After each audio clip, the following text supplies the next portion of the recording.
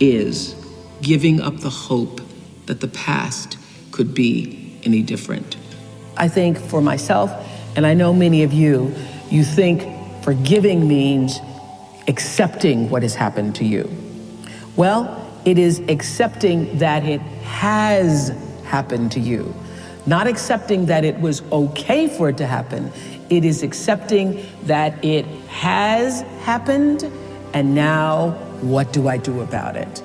Forgiving is giving up the hope, not holding on, hoping, wishing that it could have been any other way than it actually was.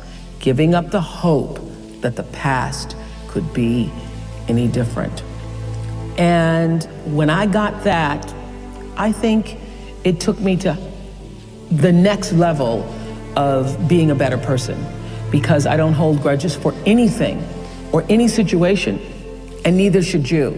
It's letting go so that the past does not hold you prisoner, does not hold you hostage.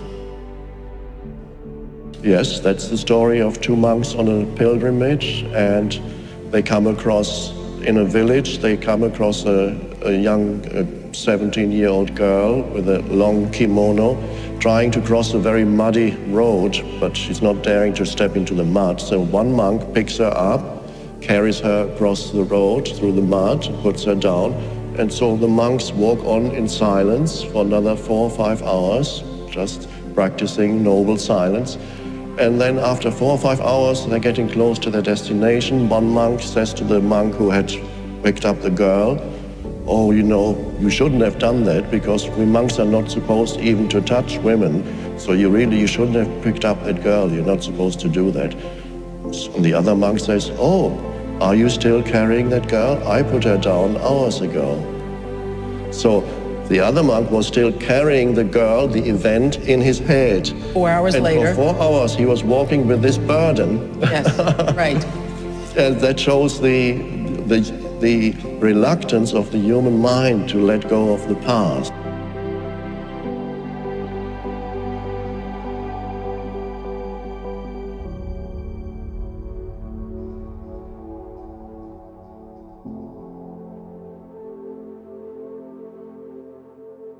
It's easy to blame those that have wronged us for just about everything that is wrong with our life. If it wasn't for them, I would be happier. If it wasn't for them, I would have more money.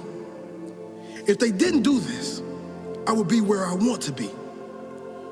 Most people get so caught up in blaming, they continue to blame and sabotage their own life long after the person is gone from their life.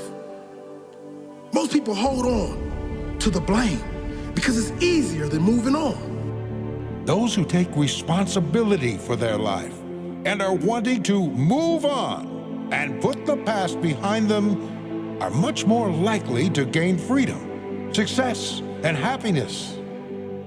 Now, this does not mean there aren't horrible people in the world that have done wrong by others. It is not condoning others' behavior. It is taking back the power they have from you when you are the one suffering long after they are gone. Who wins if you keep blaming them? Who wins if you move on, forget about them, and create the best life and success you could ever imagine? Who wins if you move on? Who wins if you forget about them?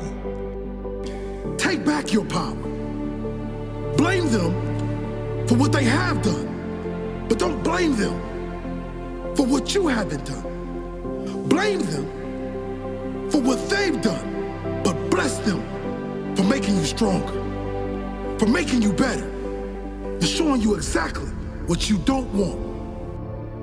You can blame the world for bringing them into your life, but then get grateful for all the lessons it taught you, all the strength it gave you. Know in your heart, if they knew better, they would do better.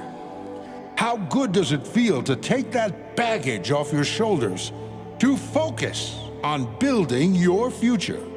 What a blessing. Let go. Move forward. Never look back.